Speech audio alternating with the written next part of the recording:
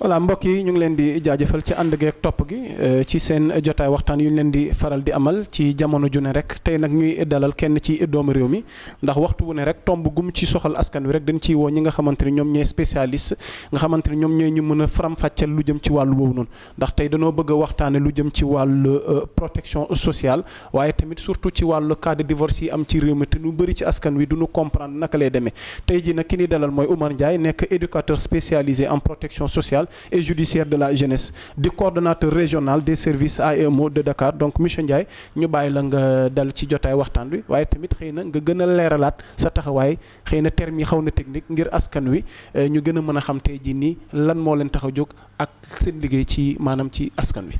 jërëjëf Ya Moussa avant tout maa ngi nuyu téléspectateurs Sénégal yëpp. di rafetlu seen liggéey di leen jaajëfee. di wax nit ñi nañ ma baal ak man baal naa leen ak ci ramadan bi waaw bu ñu nee service AEMO mooy action éducative et de protection en milieu ouvert di service bu ministère de la justice direction de l'éducation surveillée et de la protection sociale ñun nag waa AEMO dañuy liggéey auprès des cours et tribunaux looloo waral lépp lu soxal njaboot gi surtout xale yi tout tànk yi ñun dañ ci taxaw dañ ci am wàll ci wàllu protection sociale bi ak judiciaire bi looloo waral su sëy mënul nekk ba dara desul lu dul tas juge bi daf ñuy jox mandat ñu def enquête sociale de garde d'enfant pour xam ñaari waajur yi kan moo ci gën a yelloo ñu dénk ko xale bi ba muy am majorité looloo waral dañuy dugg ci kër gi def enquête sociale waxtaan ak way dencante yi mais waxtaan aussi ak dëkkandoo yi waxtaan ak ñëpp pour xam xoolaat saytuwaat personnalité parents yi seen capacité éducative ban projet éducatif lañ yoral xale bi seen moralité yooyu yëpp dañuy xool mais liñ ciy jublu rek ñun lu ñu amal solo mooy l'intérêt supérieur de l'enfant looloo tax dañuy xool di gëstu ñaari parents yi kan moo ci gën a mën a sauvegarder intérêt xale bi ci wàllu njàngam ci wàllu wér-gu-yaramam ci wàllu moralité am ci wàllu sécurité am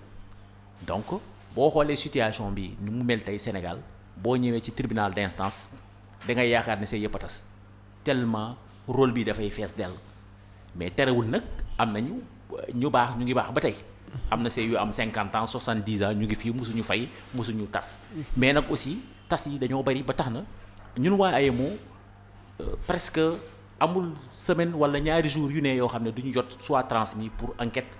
de divorce. état des lieux bi. situation cas de divorce parce que bu ma comprendre ne yéen xale yi ngeen di gën a bàyyi xel ci protéger la ndax daanaka li ci ëpp ñoom ñooy victime ak tamit bu fekkee ñaari couple yi kenn ku ci nekk tamit xëy na yow mënoo jël en charge xale bi ndax xëy na papa ji mën na jekku léeg-léeg yaay ji mën na jeg waaye ñoom ñaar mën nañ bañ a apte tamit ñoom ñaar yëpp mën nañ bañ a apte surtout bu amee cas yoo xam ne dafay am cas d'addiction parents yoo xam ne dañuy drogué wu wala dañuy mandi wala dañuy am dépression faaw ñu wutal xale bi une famille de substitution mun na nekk parent bu jege nijaay wala bàjjen wala tante ñu dénkaane ko mun na bu loolu yëpp amul mun na nekk institution ñu placer xale bi ci benn centre foo xam ne daal intérêt am foofu la gën a nekk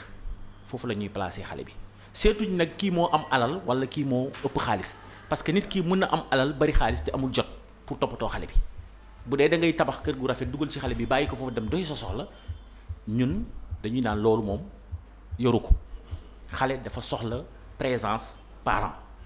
donc yooyu yëpp dañ koy gëstu ci enquête sociale bi nga xam ne dañ koy defal sous l'ordonnance du juge loolu dafa bokk rek benn wàll rek ci liggéey AEMO la mais ñun waa AEMO ñun ñooy def aussi enquête de personnalité maanaam xale nit bu waree dem chambre criminelle koo xam ne dafa def crime xam nga balaa ñu koy juger juge bi day naan waa AEMO defal leen ma enquête de personnalité parce que il faut que ñu xool kii passage à l'acte bi lan moo ko waral loolu bokk na ci liggéey AEMO bokk na ci liggéey AEMO aussi mooy xale bu waree taxaw ci kanamu juge d'instruction bi day woo AEMO mais am na xale bu ma war a entendre il faut ngeen ñëw teew ñu ñëw teew mooy juge du 4e cabinet waaw juge du 4e cabinet mooy juge boo xam ne moom la ñuy gën a faral di liggéeyal mais aussi procureur de la République saa yu bu tegee loxoom ci xale aussi daf ñuy woo brigade de gendarmerie même chose commissariat de police xale bu ñu for ci mbedd mi soit liir la bu ñu sandi wala xale bu réer bu ko commissaire di gis ñun lay njëkk a woo waa AEMO am naa fi benn taalibe bi ñu for wala am na benn liir bu ñu ma indil ñun ñooy jël xale boobu seet fu ñu koy yóbbu fu nga xam ne foofu lañ gën a mën a sauvegarder ay intérêt am donc soo xoolee aussi tribunal pour enfants xale yi nga xam ne dañuy soxla lu ñuy wax assistance éducative xale yi nga xam ne dañuy ragal ñii bu ñuy teelul taxaw jàppale leen mun nañoo jël yoon boo xam ne baaxu ci ñoom commencé nañ am tànk bukki comme ni ñu koy woowee bu ñu leen di defal assistance éducative ñun ñooy teew xale boo xam ne aussi dafa jalgati yoon maanaam def un crime wala un délit nga xam ne c'est un enfant en conflit avec la loi ba ñu koy attee aussi ci tribunal pour enfants ñun dañuy teew parce que xam ngeen Sénégal dafa signer toutes les conventions relatives à la protection de l'enfance et aux droits de l'enfant donc tribunal pour enfants c'est un tribunal d'exception bokkul nu muy fonctionner ak yeneen tribunaux yi ba tax na aussi foofu dañ fa am wàll donc l'AEMO c'est vraiment un service judiciaire mais de protection. accompagnement bi nan lay demee procédure yi maanaam naka ngeen di jëflante xale bi jéem ko faire revenir à la raison donc procédure bi comment ça se passe exactement maanaam concrètement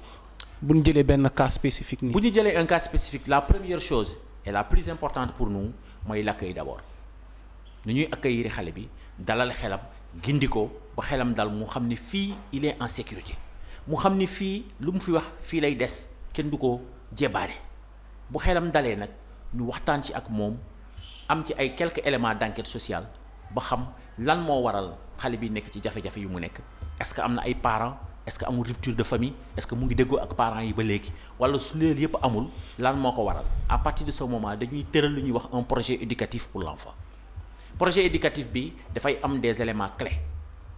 mooy stabilisation comportementale xale bi mooy aussi initiation professionnelle xale bi parce que xale bi boo ko jubbantee bu mu jub ba ñëpp xel dal lépp ne kii moom léegi Moodu mii kat bi ñu xam tey bokkutul ak Moodu bi doon 15 fi wala bu doon tox yàmbaa fi te tegoo dara ci loxoom lu mel ni formation soo ko bàyyee day delluwaat ci lu mu nekkoon donc ñaari mbir yooyu ñooy ànd mooy éducation bi ak formation bi looloo waral waa AEMO dañuy liggéey ak ay centre lu mel ni centre sauvegarde lu mel ni centre polyvalent lu mel ni centre premier accueil lu mel ni centre d'adaptation sociale yooyu centre yépp dañuy jël xale bi tëggaat comportement xale bi ba mu jub mais aussi initier ko professionnellement pour bu génnee mu am métier loolu mooy.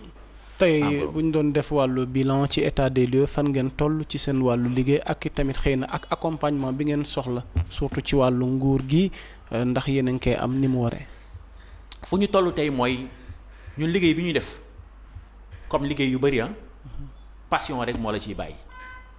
parce que. ndax dafa am ci benn ministère bu ngeen di dépendre wala. waaw ñun ay fonctionnaires lañu. ok état bi la ñuy liggéeyal ñun ñëpp éducateur spécialisé boo gis ci Sénégal fonctionnaire ministère de la justice la donc il est évident que on travaille avec le budget de l'État donc budget bi dafay am limite c'est vrai que état def na gros effort loolu il faut ñu reconnaître ko parce que man bi may dugg ci service bii il y a une vingtaine d'années ak tey fu ñu toll. budget bi multiplié na ko par 6 c'est dire que l'État def na ay efforts mais ba tey doyul parce que fu ñu toll tey nii lu ñu soxla ci prise en charge xale yi lu ñu soxla ci prise en charge ak ñun lu ñuy yor dafa bokkul dama lay jox exemple service AEMO bi nga xam ne man maay coordonner les services AEMO de Dakar am nañu section Pikine Guédiawaye Rufisque Grand Dakar ak Dakar Ville mais en termes de ressources humaines imaginez le service AEMO Grand Dakar mooy couvrir HLM yi ak Parcelles yi Cambérène 4 agents xam nga loolu moom il est évident que mënuñoo matal déficit am na kon déficit am na mais en termes de mon ressource par exemple la logistique benn service moo fi am oto benn service région de Dakar benn service AEMO moo am oto te oto bi am na presque 25 ans d'âge donc pour dire que y a un problème à ce niveau-là beneen bi mooy les ressources financières budget de fonctionnement la ñu yor on n'a pas un budget de prise en charge ñun waa AEMO centre yi am nañu budget de prise en charge mais AEMO en tant que service d'action éducative et de protection en milieu ouvert amul budget de prise en charge budget de fonctionnement la am pour jënd ay rames de papier ak yu demee noonu donc pour dire que en termes de ressources il y a vraiment des limites et on gagnerait pour mieux protéger les enfants à ce que état bi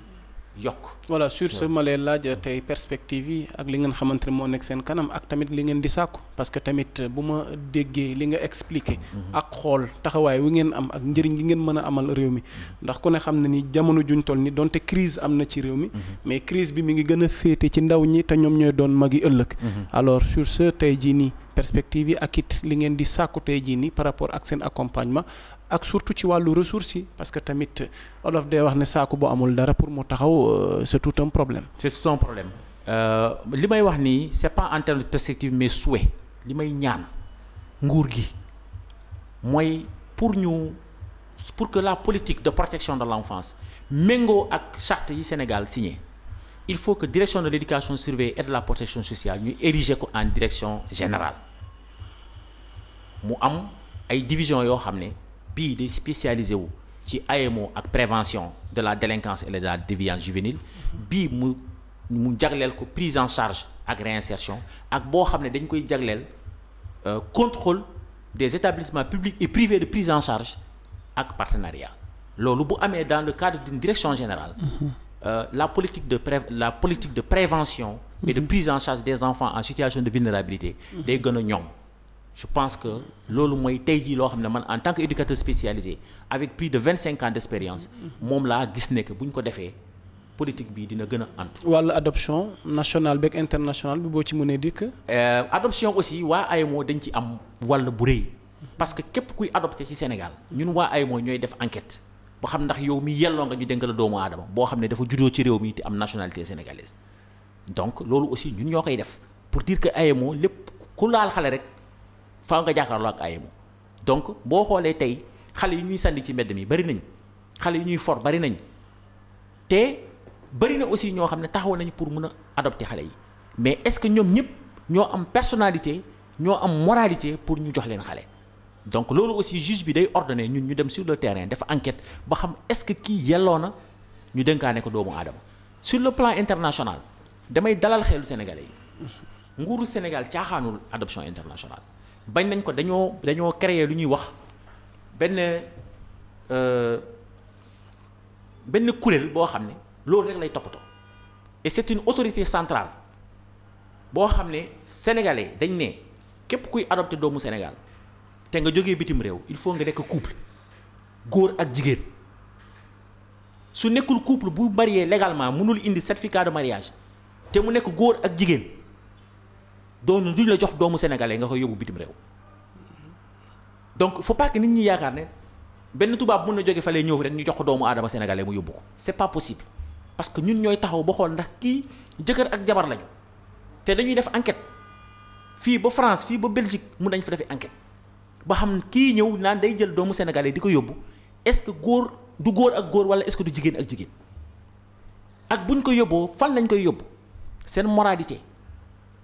dañ koy xool seen personnalité dañuy def lu ñuy wax profil psychologique ba xam kii yóbbu sénégalais bi est-ce que du kii donc dalal xel nit ñi ñu xam ne sénégalais sàgganul ay citoyens am ci wàllu adoption nationale ak internationale. benn point comme li ñu tënk ci waxtu bëriwul mooy situation xale yi nekk ci mbedd mi parce que coow li da ciy bëri tout le temps. donc les enfants de la rue ne sont pas protégés amuñu accompagnement. alors tey yéen seen taxawaay ci li ni mel ndax am ngeen ci xalaat am ngeen ci solution ndax waxtu wu ne boo génnee léegi rek nga gis ay gone ndaw di tàllal loxo ci wàllu mendicité. te tamit doonul lu rafet. te itam doonul luy taara réew xëy na war nañ mën a am ay solution am ay xalaat pour li ni mel bañ a am yooyu cas d'enfant nga xam ne parents yi jëluñu responsabilité naka ngeen koy gérer ak ni ngeen koy jàngate. xale yooyu ñun dañ leen di jël dans le cadre lu ñuy wax l'enfance en danger moral ba tax na xale yooyu képp kuñ ci teg loxo ñun dañ lay yóbbu ci procédure bi ñuy wax assistance éducative jël xale bi d'abord sécuriser ko yóbbu ko dans un centre de premier accueil. nga xam ne au moins il est sécurisé dina lekk dina naan dañ ko faj bu dee dafa feebar dañ ko solal ay yére yu set dina sangu dina continuer jàng alxuraanam bu doon taalibe la woon dina continuer jàng école bu doon dana jàng école ñu koy surveiller en attendant ñu def lu ñuy wax médiation pour retrouver la famille xamal leen ni que xale bi mënul continuer ci mbedd mi naka la ñuy fexe pour delloo leen xale bi mais si question bi nga posé nii problème la c'est un problème un casse-tête sénégalais parce que ñëpp ñaawlu nañ loolu amul kenn kuy rafet lu xale yi taxaw ci mbedd mi di naan laaloo biraanaan parce que bu dee pour jàng alxuraan la amul fenn fu yàlla ne kuy jàng alxuraan foo nga yelwaan ndax yelwaan amul Arabie Saoudite te ñu nga fay jàng alxuraan Maroc gi xale yi yelwaanuñ te ñu ngi jàng alxuraan Mauritanie gi ñu gën a jege xale yaa ngi fay jàng alxuraan te yelwaanuñ donc pourquoi Sénégal ak Gambie rek ñooy def loolu am na lu ko waral ba tax na la solution pour ñu faj ko d'une façon radicale du ci ñun lay jógee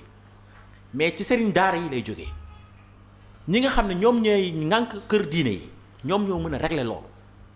ñu seet ci yàlla bañ a xool ci seen intérêt rek parce que mendicité bi dafa am intérêt bu nekk ci ginnaaw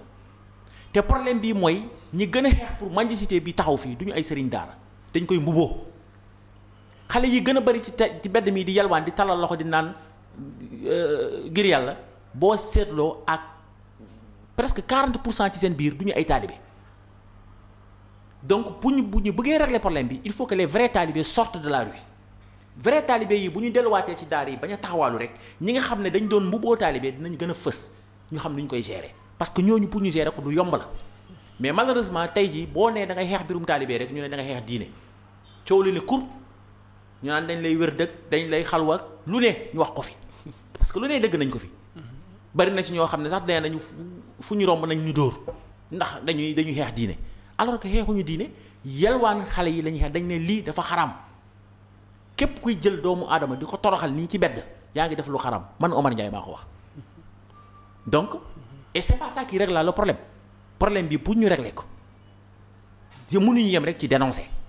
action la concrète boo xam ne état bi balaa mu koy mën a def faaw mu ànd ak kër diine yi faaw mu ànd ak sëriñ daara yi ci seen bopp ñoom ñu bëgg a setal seen der à partir de ce moment l'État prendra toutes ses dispositions pour régler le problème de façon définitive. lii mooy sama xalaat. fi may tëjee peut-être am na loo xam ne laajuma la ko te bëgg nga ko leeralal par rapport tey jii nii ak seen taxawaay ci réew mi balaa ñoo jëkkati jotaay waxtaan wi. tout à fait li ma bëgg a yokk li ma ci bëgg a yokk rek mooy direction de l'éducation surveillée et de la protection sociale bu ministère de la justice. dafa fas yéene élargir les services AEMO bu ñu ba ñu gën a jege les populations. donc lu mel ni Kër Massar lu mel ni Vélingara lu mel ni actuellement ni ñu ngi ba Pikine aussi dañ fa bëgg a def ay centres de premier accueil donc pour dire aux populations. mais régions yi defe naa am nañ tamit AEMO mi ngi ci région boo dem 14 régions 14 régions yëpp am na AEMO. ok mais li des mooy ñu élargir les services AEMO dans les départements. les 45 décentralisation bi waaw décentralisation bi processus de décentralisation bi. mais surtout nañu xam ne que l'AEMO est maintenant prête à intervenir en milieu scolaire de façon encore beaucoup plus poussée parce que tey jii avec les partenaires nous avons les moyens d'agir dans le milieu scolaire pour lutter contre la violence dans les milieux scolaires mooy violence psychologique bi violence physique bi violence sexuelle bi ak yépp tout élève qui est aujourd'hui victime de violence si il ou elle se rapproche du service AEMO il peut trouver une réponse à ces problèmes parce que le service AEMO en partenariat avec d'autres institutions nationales et internationales est aujourd'hui prête à intervenir en milieu scolaire. Bien sûr, c'est une collaboration entre le ministère de l'Éducation nationale, le ministère de la Justice, donc les services AEMO et les inspections ensemble pour lutter contre les violences en milieu scolaire. waaw ñun waa AEMO ba tey ci suñu wàllu liggéey daf ci bokk dañuy intervenir en milieu carcéral surtout ci li ñuy wax carré des mineurs nga xam ne xale yi nga xam ne amuñu 18 ans bu ñu defee yenn jéye yi faaw ñu dugal leen kaso même bu dee politique Sénégal moom dugal xale kaso bokku ci mais yenn saa yi ñàkk pexe dina tax xale dugg kaso foofu aussi dañuy intervenir pour préparer xale yi seen insertion wala lu ñuy wax des peines alternatives te loolu yëmul rek ci xale yi parce que même mag ñi nga xam ne dañ leen jox lu ñuy wax des peines alternatives à l'emprisonnement lu mel ni travaux d'intérêt public loolu aussi AEMO dafay intervenir dans le suivi des majeurs en milieu ouvert mag boo xam ne par exemple Sénégal dafay am benn politique boo xam ne vraiment c'est une politique à saluer nit koo xam ne dañ ko waroon tëj kaso ñu ne la boo d'accordé au lieu ñu lay tëj une semaine kaso ñu bàyyi la nga génn mais da ngay def travaux d'intérêt public par exemple nga ñëw fii ci Fass am na benn place publique ba fa nekk nga koy nettoyer pendant 50 heures wala nga koy nettoyer pendant 4 jours loolu bu amee waa AEMO ñoo lay topp suivre la ndax liñ la sant yaa ngi koy def comme ni mu waree après bu ñu paree dañuy def rapport jox ko juge bi mais aussi bokk na ci koo xam ne par exemple dafa war a génni ñu am permission am lu xew ci sa biir kër lu mel ni ngénte wala mariage te yow dañ la tëjoon kaso boo ñaanee permission ñu accordé la ko boo waree dem ci événement social boobu ñun waa AEMO ñoo lay suivre aussi ba ngay delluwaat ci kaso bi pour dire que dañuy jàppale aussi xale yi mais aussi dañuy jàppale mag ñi ci wàllu woowu. waaw par exemple enterrement bu amee benn mbokk faatu génn àdduna yow nga nekk ci kaso bi nga yëg ko bu dee da nga am bonne conduite parce que il faut être éligible du prisonnier bu nee nag la ñuy bàyyi mu génn mais bu dee da nga am une bonne conduite nga ñaan autorisation juge d'application des peines moo la koy permettre ne la waaw demal fekkee ji dëj bi su boobaa dañ lay boole ak benn agent AEMO waaw mariage bu amee même chose ngénte bu amee même chose bu dee da nga am un bon comportement boo bindee demande bi nga demandé ko juge d'application des peines bu la ko autorisé da lay boole ak benn waa AEMO dans le cadre du suivi des majeurs en milieu ouvert pour dire daal que waa AEMO dañuy liggéey ak famille dañuy liggéey ak xale mais dañuy liggéey sax en milieu carcéral. fan ngay jaar ba def demande boobu sa avocat wala pour nga leeral ko rek gars yi non jarul avocat parce que bu dee yaa ngi ci biir xam nga kuñ condamné ba pare moom soxlatul avocat ndax condamné nañ ko ba pare loolu demande ngay bind jox ko régisseur bi ma nga xam ne mooy directeur kaso bi moom nga koy jox moom mu jàllale ko transmettre ko juge d'application des peines dafa am lu ñuy wax commission consultative d'aménagement des peines moom mooy toog saytu demande yi xool ne que prisonnier bii kat bu mu ñëwee fii ba léegi amul problème te gis nañ ni sax mu ngi def ay jéego ci wàllu changer soppi doxalin kii nañ ko may mu préparer réinsertion parce que loolu yëpp day préparer réinsertion prisonnier bi parce que bu dee dafa nekk ci kaso yàgg fa lool mais xam nañ ne yàgg dina génn il faut ñu préparer ko muy génn donc muy dajeek mbokkam ci lu mel ni ngénte ci lu mel ni dëj ci lu mel ni yeneen yoo xam ne day xew ci famille bi ñu permettre ko mu fekkee ko loolu la rek. ok sa kàddu gu mujj. xanaa di la remercier. di jaajëfee waa Sénégal. di naan macha allah. waaw yow tamit ñu ngi lay jaajëfal mbokk yi mu nekkoon sunu ganu jotaay waxtaan wi di Oumar Ndiaye nekk éducateur spécialisé en protection sociale et judiciaire de la jeunesse nekk coordonnateur régional des services AEMO de Dakar ngir ma bañ a jum AEMO sigle la defe na. sigle ça signifie quoi. action éducative en milieu ouvert. voilà action éducative en milieu ouvert mu di loo xamante ne ku déglu waxtaan wi xam na ni lu nu war a bàyyi xel la tamit nii la ñuy def waxtu wu ne rek di leen dalal di dalal ñeneen ñi nga xamante ni seen i xalaat wala seen gis-gis dina doon lu soxal askan wi ndax li ni mel ni nag lu jar a xam la ci doxalinu réew mi di leen jaajëfal wasalaam.